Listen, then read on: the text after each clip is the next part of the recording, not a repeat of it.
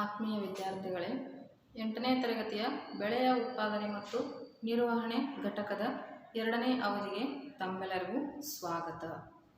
ವಿದ್ಯಾರ್ಥಿಗಳೇ, ನಾವು ಹಿಂದಿನ ಅವಧಿಯಲ್ಲಿ ಬೆಳೆ, ಅದರ ವಿಧಗಳು ಮತ್ತು ಮೂಲಭೂತ ಪದ್ಧತಿಗಳ ಬಗ್ಗೆ ತಿಳ್ಕೊಂಡಿದ್ವಿ. ಹಾಗಾದರೆ ಇವತ್ತು ಮೂಲಭೂತ ಪದ್ಧತಿಗಳಲ್ಲಿ ಒಂದಾದ ಬಿತ್ತನೆಯ ಬಗ್ಗೆ ತಿಳಿದುಕೊಳ್ಳೋಣ.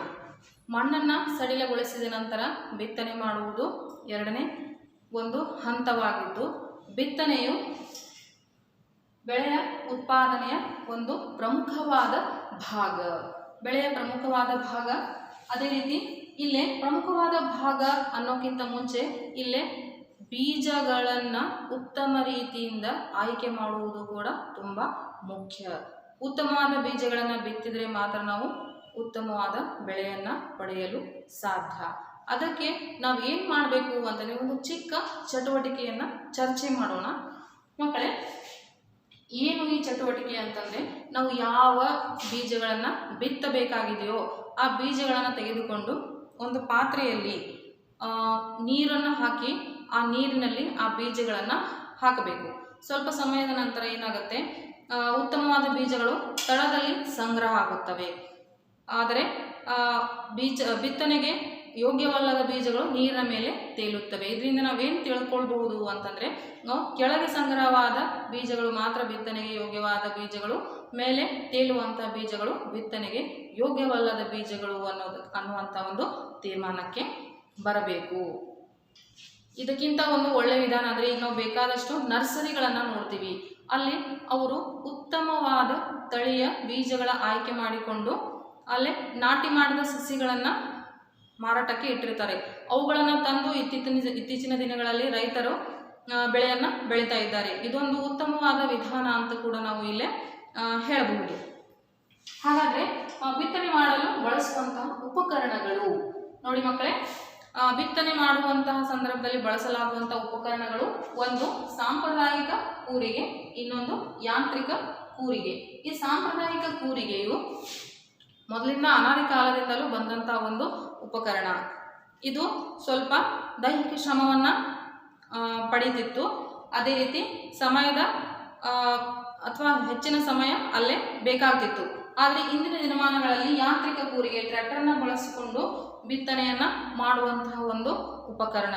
ಇದು ಇಂದಿನ ದಿನಗಳಲ್ಲಿ ತುಂಬ ವ್ಯಾಪಕವಾಗಿ ಬಳಕೆಯಲ್ಲಿದ್ದು, ಇದರ ಬಳಕೆ ತುಂಬ ಉತ್ತಮವಾಗಿದ್ದು, ಇದನ್ನು ನಾವೇನು ಮಾಡಬಹುದು ಅಂತಂದರೆ, ವ್ಯಾಪಕವಾಗಿ ಬಳಸೋದು ಒಳ್ಳೆಯದು ಅಂತ ಹೇಳ್ಬೋದು. ಹೇಗೆ ಅಂತಂದರೆ, ಈ ಕೂರಿಗೆಯನ್ನು ಬಳಸೋದ್ರಿಂದ ಒಂದು ಬೀಜದಿಂದ ಮತ್ತೊಂದು ಬೀಜಕ್ಕೆ ಇರುವಂಥ ಅಂತರ ಏನಾಗಿರುತ್ತೆ, ಒಂದೇ ರೀತಿಯಾಗಿರುತ್ತೆ. ಬೀಜಗಳು ಆಳದಲ್ಲಿ ಬಿತ್ತನೆ ಆಗ್ತವೆ. ಆದರೆ ನಾವು ಸಾಂಪ್ರದಾಯಿಕ ಕೂರಿಗೆಯನ್ನು ಬಳಸೋದ್ರಿಂದ ಬೀಜಗಳು ಭೂಮಿಯ ಆಳದಲ್ಲಿ ಹೆಚ್ಚಾಗಿ ಹೋಗೋದಿಲ್ಲ. ಇದರಿಂದ ಹಕ್ಕಿಗಳು ಏನು ಮಾಡ್ತವೆ ಅಂತಂದರೆ, ಅವುಗಳನ್ನು ಆರಿಸಿಕೊಂಡು ತಿಂದು ಬಿಡ್ತವೆ. ಆದರೆ ಯಾಂತ್ರಿಕ ಕೂರಿಗೆಯಲ್ಲಿ ಹಾಗಾಗೋದಿಲ್ಲ. ಆಳವಾಗಿ ಬೀಜಗಳು ಹೋಗೋದ್ರಿಂದ ಉತ್ತಮವಾಗಿ ನಾವು ಬೆಳೆಯನ್ನು ಪಡಿಬಹುದು. ಈ ರೀತಿಯಾದ ವ್ಯತ್ಯಾಸಗಳನ್ನು ನಾವು ನೋಡ್ಬೋದು. ಸಾಂಪ್ರದಾಯಿಕ ಕೂರಿಗೆಗೆ ಕಂಪೇರ್ ಮಾಡಿದರೆ ಯಾಂತ್ರಿಕ ಕೂರಿಗೆ ತುಂಬ ಒಳ್ಳೆಯದು ಅಥವಾ ಸಹಾಯಕ. ಅದನ್ನು ವ್ಯಾಪಕವಾಗಿ ಬಳಕೆ ಮಾಡಬಹುದು ಅಂಥೇಳಿ ಇಲ್ಲೇ ಹೇಳಬಹುದು.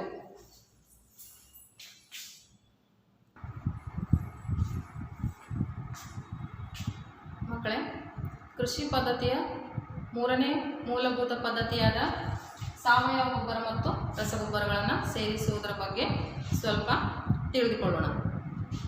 ಮಕ್ಕಳೇ, ರಸಗೊಬ್ಬರಗಳನ್ನು ಮತ್ತು ಸಾವಯವ ಗೊಬ್ಬರಗಳನ್ನು ಸೇರಿಸುವಂಥ ಉದ್ದೇಶ ಏನು ಅಂತಂದರೆ, ಬೆಳೆಗಳು ಚೆನ್ನಾಗಿ ಬರಲಿ, ಅದಕ್ಕೆ ಸಿಗುವಂಥ ಇಳುವರಿ ಹೆಚ್ಚಾಗಲಿ ಅನ್ನುವಂಥ ಒಂದು ಉದ್ದೇಶದಿಂದ ಏನು ಮಾಡ್ತಾರೆ ರೈತರು ಅಂತಂದರೆ, ಸಾವಯವ ಗೊಬ್ಬರ ಅಥವಾ ರಸಗೊಬ್ಬರಗಳನ್ನು ಬೆಳೆಗಳಿಗೆ ಸೇರಿಸ್ತಾರೆ. ಹಾಗಾದರೆ ನೋಡಿ, ಸಸ್ಯಗಳ ಆರೋಗ್ಯಕರ ಬೆಳವಣಿಗೆಗೆ ಮಣ್ಣಿಗೆ ಪೋಷಕಾಂಶಗಳ ರೂಪದಲ್ಲಿ ಸೇರಿಸುವಂತಹ ಪದಾರ್ಥಗಳಿಗೆ ನಾವೇನಂತೀವಿ ಅಂತಂದರೆ ಗೊಬ್ಬರಗಳು ಅಂತ ಹೇಳಿ ಕರಿತೀವಿ. ಬೆಳೆದಂಥ ಬೆಳೆಗೆ ಪೋಷಕಾಂಶಗಳ ಸಿಗಲಿ ಅನ್ನೋ ಕಾರಣಕ್ಕೆ ನಾವೇನು ಮಾಡ್ತೀವಿ, ಗೊಬ್ಬರಗಳನ್ನು ಹಾಕ್ತೇವೆ. ಸಾವಯವ ಗೊಬ್ಬರ ಆಗಿರಬಹುದು ಅಥವಾ ರಸಗೊಬ್ಬರಗಳು ಆಗಿರಬಹುದು.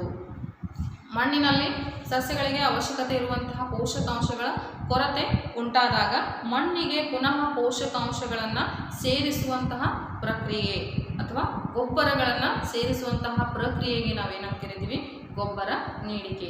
ಅಂದರೆ ಮಣ್ಣಿನಲ್ಲಿರುವಂಥ ಪೋಷಕಾಂಶಗಳು ಕಡಿಮೆ ಆದಾಗ ಗೊಬ್ಬರವನ್ನು ಹಾಕುವುದರ ಮುಖಾಂತರ ನಾವು ಅದರ ಪೋಷಕಾಂಶಗಳನ್ನು ಪುನಃ ಹೆಚ್ಚಿಸುವುದಕ್ಕೆ ನಾವೇನಂತ ಕರಿತೀವಿ, ಗೊಬ್ಬರ ನೀಡಿಕೆ ಅಂತೇಳಿ ಕರಿತೀವಿ.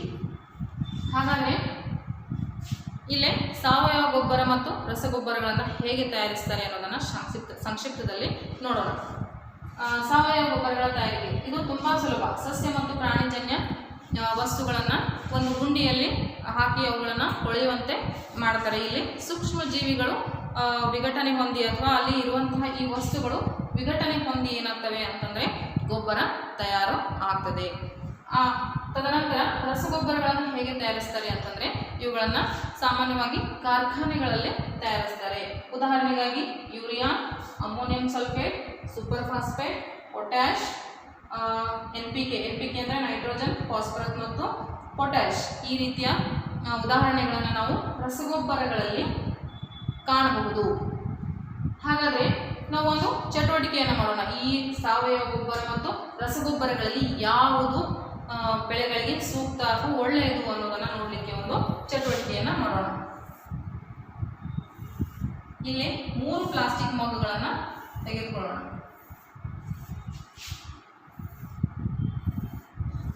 ಈ 3 ಪ್ಲಾಸ್ಟಿಕ್ ಮಗ್ಗಳಲ್ಲಿ ಮಣ್ಣನ್ನು ತುಂಬಿಸೋಣ. ಈ 3 ಪ್ಲಾಸ್ಟಿಕ್ ಮಗ್ಗಳಲ್ಲಿ ಮಣ್ಣನ್ನು ತುಂಬಿಸಿ ಇದರಲ್ಲಿ ಕೆಲವು ಬೀಜಗಳನ್ನು ಹಾಕೋಣ. ಬೀಜಗಳನ್ನು ಹಾಕಿ ಸ್ವಲ್ಪ ಕಾಲಗಳ ನಂತರ ಅಥವಾ ಸ್ವಲ್ಪ ದಿನಗಳ ನಂತರ ಅದನ್ನು ಬಿಟ್ಟು ಅಥವಾ ಬೀಜಗಳನ್ನು ಬೆಳೆದ ನಂತರ ನಾವೇನು ಮಾಡಬೇಕು, ಅದಕ್ಕೆ ಗೊಬ್ಬರ ಸೇರಿಸಬೇಕು. ಇದಕ್ಕೆ ಸಾವಯವ ಗೊಬ್ಬರವನ್ನು ಸೇರಿಸೋಣ, ಇದಕ್ಕೆ ರಾಸಾಯನಿಕ ಗೊಬ್ಬರವನ್ನು ಸೇರಿಸೋಣ, ಇದಕ್ಕೆ ಯಾವುದೇ ರೀತಿಯ ಗೊಬ್ಬರವನ್ನು ಸೇರಿಸೋದಿಲ್ಲ. ಹಾಗಾದರೆ ಸ್ವಲ್ಪ ಕಾಲದ ನಂತರ ಅವುಗಳನ್ನು ವೀಕ್ಷಣೆ ಮಾಡಿದಾಗ ಇರುವಂತಹ ಬದಲಾವಣೆ ಏನಾಗಿತ್ತು ಅಂತಂದರೆ ಸಾವಯವ ಗೊಬ್ಬರ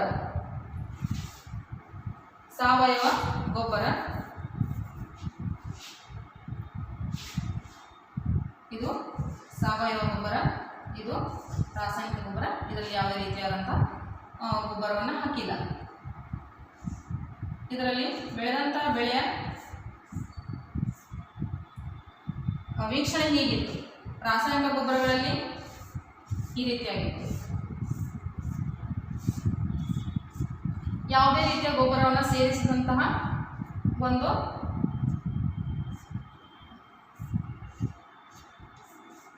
ನೋಡಿ ಈ ರೀತಿಯಾದಂತಹ ಬದಲಾವಣೆಗಳು.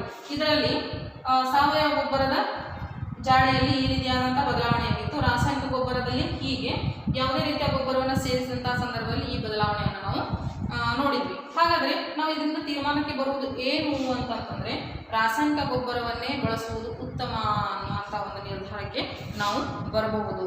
ಆದರೆ ಇಲ್ಲಿ ಕೆಲವೊಂದು ಅನಾನುಕೂಲಗಳಿದ್ದಾವೆ. ರಾಸಾಯನಿಕ ಗೊಬ್ಬರಗಳನ್ನು ಬಳಸುವುದರಿಂದ ಕೆಲವು ಅನಾನುಕೂಲತೆಗಳನ್ನು ನಾವು ಕಾಣಬಹುದು.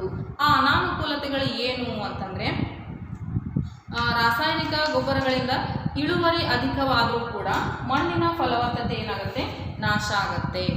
ರಾಸಾಯನಿಕ ಗೊಬ್ಬರಗಳನ್ನು ಬಳಸುವುದರಿಂದ ಮಣ್ಣಿನ ಫಲವತ್ತತೆ ನಾಶ ಆಗುತ್ತದೆ. ರಾಸಾಯನಿಕ ಗೊಬ್ಬರಗಳ ಬದಲಾಗಿ ನಾವು ಸಾವಯವ ಗೊಬ್ಬರಗಳ ಆಯ್ಕೆ ಮಾಡುವುದು ತುಂಬ ಸೂಕ್ತ. ಅದೇ ರೀತಿ ನಾವು ಸಾವಯವ ಗೊಬ್ಬರಗಳನ್ನು ಬಳಕೆ ಮಾಡಿ ಎರಡು ಬೆಳೆಗಳ ಮಧ್ಯದಲ್ಲಿ ಅಂದರೆ ಒಂದು ಬೆಳೆಯನ್ನು ಬೆಳೆದ ನಂತರ ಮತ್ತೊಂದು ಬೆಳೆ ಏನು ಬೆಳಿತೀವಲ್ಲ ಅದರ ಕಾಲಾವಕಾಶದ ಮಧ್ಯದಲ್ಲಿ ಸ್ವಲ್ಪ ಅಂತರವನ್ನು ಕಾಯ್ದುಕೊಳ್ಳುವುದು ಉತ್ತಮ. ಸ್ವಲ್ಪ ದಿನಗಳವರೆಗೆ ಭೂಮಿಯನ್ನು ಹಾಗೆ ಬಿಟ್ಟು ಎರಡನೇ ಬೆಳೆಯನ್ನು ನಂತರ ಬೆಳೆಯುವುದು ತುಂಬ ಸೂಕ್ತ. ಸಾವಯವ ಗೊಬ್ಬರಗಳು ಏನು ಮಾಡ್ತವೆ ಅಂತಂದರೆ ಮಣ್ಣಿಗೆ ಪೋಷಕಾಂಶಗಳನ್ನು ಪುನರ್ಭರ್ತಿ ಮಾಡ್ತವೆ. ಅವುಗಳನ್ನು ಬಳಸೋದ್ರಿಂದ ಒಂದು ಬೆಳೆಯನ್ನು ತೆಗೆದ ನಂತರವೂ ಕೂಡ ಅವೇನು ಮಾಡ್ತವೆ, ಮಣ್ಣಿಗೆ ಪೋಷಕಾಂಶಗಳನ್ನು ಮತ್ತೆ ಭರ್ತಿ ಮಾಡುವ ಕಾರ್ಯವನ್ನು ಮಾಡ್ತವೆ. ಇದರಿಂದ ನಾವೇನು ಮಾಡಬಹುದು ಅಂತಂದರೆ ಸರದಿ ಪದ್ಧತಿಯನ್ನು ಕೂಡ ಅನುಸರಿಸಬಹುದು. ಮಣ್ಣಿನ ಪೋಷಕಾಂಶ ಮರುಭರ್ತಿಗಾಗಿ ನಾವು ಸರದಿ ಪದ್ಧತಿ ಅಥವಾ ಬೆಳೆಗಳ ಸರದಿ ಪದ್ಧತಿಯನ್ನು ಅನುಸರಿಸುವುದು ತುಂಬ ಸೂಕ್ತ. ಒಂದು ಉದಾಹರಣೆ ಇದೆ ಇಲ್ಲಿ. ಉತ್ತರ ಭಾರತದ ಕಡೆ ಏನು ಮಾಡ್ತಾರೆ ರೈತರು ಅಂತಂದರೆ ಅಲ್ಲಿ ಲೆಗ್ಯೂಮ್ ಸಸ್ಯಗಳನ್ನು ಬೆಳೀತಾರೆ. ಲೆಗ್ಯೂಮ್ ಸಸ್ಯಗಳು ಅಂತಂದರೆ ದ್ವಿದಳ ಧಾನ್ಯವನ್ನು ಹೊಂದಿರುವಂತಹ ಸಸ್ಯಗಳು ಅಥವಾ ದ್ವಿದಳ ಧಾನ್ಯದ ಸಸ್ಯಗಳು ಅಂತೇಳಿ ಹೇಳ್ಬೋದು. ಈ ದ್ವಿದಳ ಧಾನ್ಯದ ಸಸ್ಯಗಳನ್ನು ಬೆಳೆಯೋದ್ರಿಂದ ಆಗುವಂಥ ಅನುಕೂಲ ಏನು ಅಂತಂದರೆ, ಅಲ್ಲೇ ಒಂದು ಋತುವಿನಲ್ಲಿ ದ್ವಿದಳ ಧಾನ್ಯದ ಸಸ್ಯಗಳನ್ನ ಬೆಳೆದು ಮತ್ತೊಂದು ಋತುವಿನಲ್ಲಿ ಅವರು ಏನು ಮಾಡ್ತಾರೆ ಅಂತಂದರೆ ಗೋಧಿಯನ್ನು ಬೆಳೀತಾರೆ. ಇದರಿಂದ ಆ ದ್ವಿದಳ ಧಾನ್ಯದ ಸಸ್ಯಗಳ ಬೇರುಗಳಲ್ಲಿ ಏನಾಗುತ್ತೆ ಅಂತಂದರೆ ರೈಸೋಬಿಯಂ ಬ್ಯಾಕ್ಟೀರಿಯಾದಿಂದ ನೈಟ್ರೋಜನ್ ಸ್ಥಿರೀಕರಣಗಳು ಉಂಟಾಗ್ತವೆ. ಉದಾಹರಣೆಗಾಗಿ ನೋಡ್ರಿ, ಇಲ್ಲೇ ಲೆಗ್ಯೂಮ್ ಸಸ್ಯದ ಬೇರುಗಳು ಅಂದರೆ ಈ ರೀತಿಯಾಗಿ ಬೇರುಗಳು ಏನಿರ್ತಾವಲ್ಲ, ಇಲ್ಲೇ ಗಂಟಾದ ರಚನೆಗಳು ಇರ್ತವೆ. ಅದರಲ್ಲಿ ಏನು ಇರುತ್ತೆ ಅಂತಂದರೆ ನೈಟ್ರೋಜನನ್ನು ಹೊಂದಿರ್ತವೆ. ಈ ರೀತಿಯಾದ ಸಸ್ಯಗಳನ್ನು ಬೆಳೆಯೋದ್ರಿಂದ ಮಣ್ಣಿನಲ್ಲಿ ಸಾರಜನಕ ಸ್ಥಿರವಾಗಿರುತ್ತೆ. ಆದ್ದರಿಂದ ಉತ್ತರ ಪ್ರದೇಶದಲ್ಲಿ ಏನು ಮಾಡ್ತಾರೆ ರೈತರು ಅಂತಂದರೆ, ಅವರು ಒಂದು ಕಾಲದಲ್ಲಿ ಲೆಗ್ಯೂಮ್ ಸಸ್ಯವನ್ನು ಬೆಳೆದು ಸ್ವಲ್ಪ ಕಾಲಾವಕಾಶದ ನಂತರ ಏನು ಮಾಡ್ತಾರೆ ಅಂತಂದರೆ ಗೋಧಿಯನ್ನು ಬೆಳೀತಾರೆ. ಈ ರೀತಿ ಮಾಡೋದ್ರಿಂದ ಅಲ್ಲಿ ನೈಟ್ರೋಜನ್ ಸ್ಥಿರವಾಗಿ ಉಳಿದುಕೊಂಡು ಮುಂದಿನ ಬೆಳೆಗೆ ಏನಾಗುತ್ತೆ, ತುಂಬ ಅನುಕೂಲ ಆಗುತ್ತೆ. ಇದನ್ನು ನಾವೇನು ಮಾಡ್ಬೋದು, ನಮ್ಮಲ್ಲಿ ಕೂಡ ಈ ರೀತಿಯಾದಂತಹ ಪದ್ಧತಿಯನ್ನು ಅನುಸರಿಸ್ಬೋದು. ಹಾಗಾದರೆ ಲೆಗ್ಯೂಮ್ ಸಸ್ಯಗಳು ಅಂತ ಹೇಳಿದ್ವಿ. ಲೆಗ್ಯೂಮ್ ಸಸ್ಯಗಳಿಗೆ ಉದಾಹರಣೆಗಳು ಅಂತಂದರೆ ದ್ವಿದಳ ಧಾನ್ಯಗಳು ಅಂತ ಹೇಳ್ಬೋದು. ಶೇಂಗಾ, ಕಡಲೆ, ಬಟಾಣಿ ಇನ್ನೂ ಇತ್ಯಾದಿ ದ್ವಿದಳ ಧಾನ್ಯ ಸಸ್ಯಗಳಿಗೆ ನಾವು ಉದಾಹರಣೆಗಳನ್ನು ಕೊಡಬಹುದು.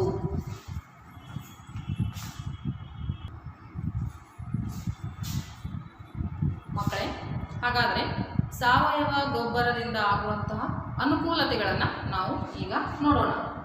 ಮಣ್ಣು ಹೆಚ್ಚು ನೀರನ್ನು ಹಿಡಿದಿಡಲು ಸಾಧ್ಯ. ಸಾವಯವ ಗೊಬ್ಬರಗಳನ್ನು ಬಳಕೆ ಮಾಡುವುದರಿಂದ ಮಣ್ಣಿನಲ್ಲಿ ಹೆಚ್ಚು ನೀರು ಹಿಡಿದಿಡಲು ಅನುಕೂಲ ಆಗುತ್ತೆ. ಮಣ್ಣಿನಲ್ಲಿ ರಂಧ್ರಗಳು ಉಂಟಾಗಿ ಅನಿಲ ವಿನಿಮಯ ಆಗುತ್ತೆ. ಅನಿಲ ವಿನಿಮಯ ಅಂದರೆ ಚೆನ್ನಾಗಿ ಗಾಳಿ ಆಡುತ್ತೆ. ಆಮೇಲೆ ಉಪಯುಕ್ತ ಸೂಕ್ಷ್ಮಜೀವಿಗಳ ಸಂಖ್ಯೆ ಹೆಚ್ಚಾಗ್ತದೆ. ಉಪಯುಕ್ತ ಸೂಕ್ಷ್ಮಜೀವಿಗಳು ಅಂತಂದರೆ ಕೆಲವು ಬ್ಯಾಕ್ಟೀರಿಯಾಗಳ ಅವಶ್ಯಕತೆ ಇರುತ್ತೆ. ಅದೇ ರೀತಿಯಾಗಿ ಎರೆಹುಳು, ರೈತನ ಮಿತ್ರ ಅಂತ ಹೇಳ್ತೀವಿ, ಇಂಥ ಜೀವಿಗಳು ಸಂಖ್ಯೆ ಹೆಚ್ಚಾಗಲಿಕ್ಕೆ ಸಾವಯವ ಗೊಬ್ಬರಗಳು ಅನುಕೂಲ ಮಾಡಿಕೊಡ್ತವೆ.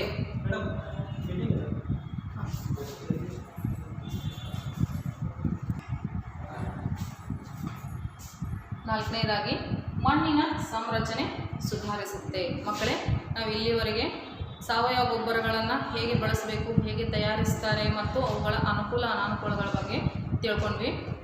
ಇನ್ನು ಮುಂದಿನ ತರಗತಿಯಲ್ಲಿ ನಾವೇನು ಮಾಡೋಣ, ನೀರಾವರಿಯ ಬಗ್ಗೆ ತಿಳಿದುಕೊಳ್ಳೋಣ. ಧನ್ಯವಾದಗಳು.